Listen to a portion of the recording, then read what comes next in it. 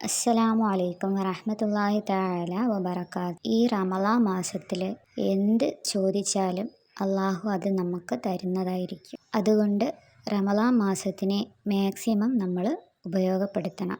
റമളാൻ മാസത്തിൽ ചെയ്യുന്ന ഓരോ അമലിനും ഇരട്ടി പ്രതിഫലമാണ് കിട്ടാറുള്ളത്.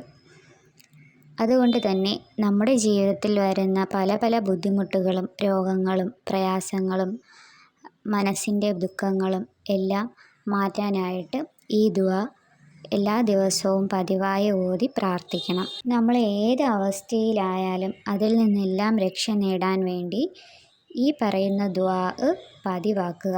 സുബഹിക്ക് ശേഷം ഓതുന്നതായിരിക്കും ഏറ്റവും ഉത്തമം. 3 പ്രാവശ്യം വീതം ഓതുക.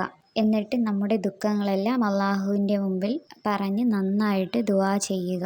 അഊദു ബില്ലാഹി മിനശ് ശൈത്വാനിർ റജീം. ബിസ്മില്ലാഹിർ റഹ്മാനിർ റഹീം. അല്ലാഹുമ്മ ഹ്ഫളിനി ബിൽ ഇസ്ലാമി ഖായിമൻ വഹ്ഫളിനി ബിൽ ഇസ്ലാമി ഖാഇദൻ വഹ്ഫളിനി ബിൽ ഇസ്ലാമി റാഖിദൻ വലാ തുശ്മിത് ബി അദുവൻ വലാ ഹാസിദ. അല്ലാഹുമ്മ ഇന്നി അസ്അലുക മിൻ കുല്ലി ഖൈരിൻ ഖസാഇനു ബിയദിക വഅഊദു ബിക മിൻ കുല്ലി ശർരിൻ ഖസാഇനുഹു ബിയദിക. അർത്ഥം: അല്ലാഹുവേ, നിൽക്കുമ്പോഴും ഇരിക്കുമ്പോഴും ഉറങ്ങുമ്പോഴും ഇസ്ലാം മുഖേന നീ എന്നെ സംരക്ഷിക്കണമേ. എനിക്ക് ആപത്ത് ബാധിക്കുന്ന മുഖേന എൻ്റെ ശത്രുവിനും അസൂയാലുവിനും ആനന്ദിക്കാൻ നീ അവസരം കൊടുക്കരുതേ.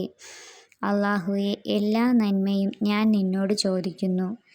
അതിൻ്റെ ഖജനാവ് നിൻ്റെ കയ്യിലാണ്. എല്ലാവിധ ദോഷങ്ങളിൽ നിന്നും ഞാൻ നിൻ്റെ അടുക്കൽ അഭയം പ്രാപിക്കുകയും ചെയ്യുന്നു. അതിൻ്റെ ഖജനാവും നിൻ്റെ കയ്യിലാണ്.